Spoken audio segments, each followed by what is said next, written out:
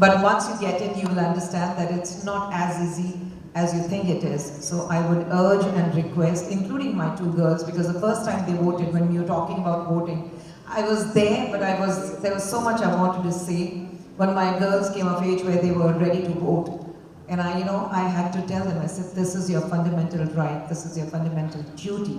So go out and vote. And I think we should start doing to all our children that we teach them so many things, but in the middle of so many things, we're thinking about whether they should be the doctors or they should be engineers or in AI today, or which university they should go to tomorrow. We start as soon as they go to school. I think one thing we forget to teach them is your democratic rights and your fundamental duties as a citizen of this nation and how to take the nation forward.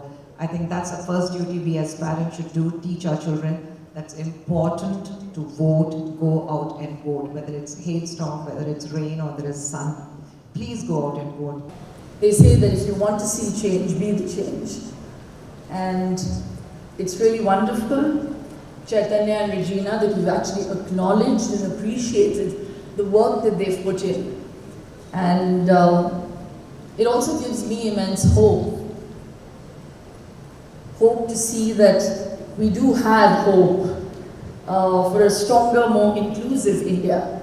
So it's really wonderful for all the ones present here and for the ones that have played catalyst in acknowledging the work that has been put in. So congratulations to the Democratic Sangha, and I feel really chuffed to be here. Thank you so very much for the invite. Another fundamental thing is ultimately it comes down to funds. So how do you devolve the funds? If 1 rupee is sent from, say, Hyderabad, it goes to Delhi. And how much does it come back? The same goes that you send 1 rupee to Hyderabad, you get back only 40 paisa or 45 paisa. Now who decides this? This is decided by the Finance Commission. Now who gives the mandate to the Finance Commission? The Union Cabinet gives the mandate to Finance Commission. Now we work on these lines, and this is how the devolution of funds happen. It's just higher education has become a punching bag for everyone to say nothing is happening. But FDI is coming in, investments are coming in, economy is growing because of the service sector that is going up. Your healthcare is, the price point at which our healthcare is being done. I don't think nowhere in the world it can be done. If you ask Apollo, in 1980s they're doing the same open heart surgery for the same price, and they're doing the open heart surgery for the same price in 2025. Focus more on. If you have to compete with China, it's not just about the education-wise, it's about how much you spend on research.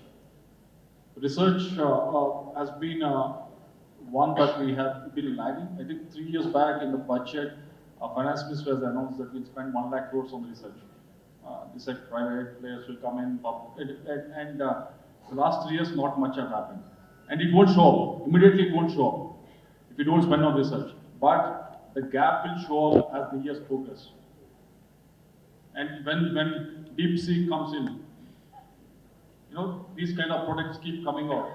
That's when the gap will slowly show up, and normal public won't observe it. Charities can actually devolve funds to those who maintain their areas. So if anyone maintains their area, like say Banjara Hills Road number 12. Now road number 12, everyone has to be accountable. We've removed the public garbage cans.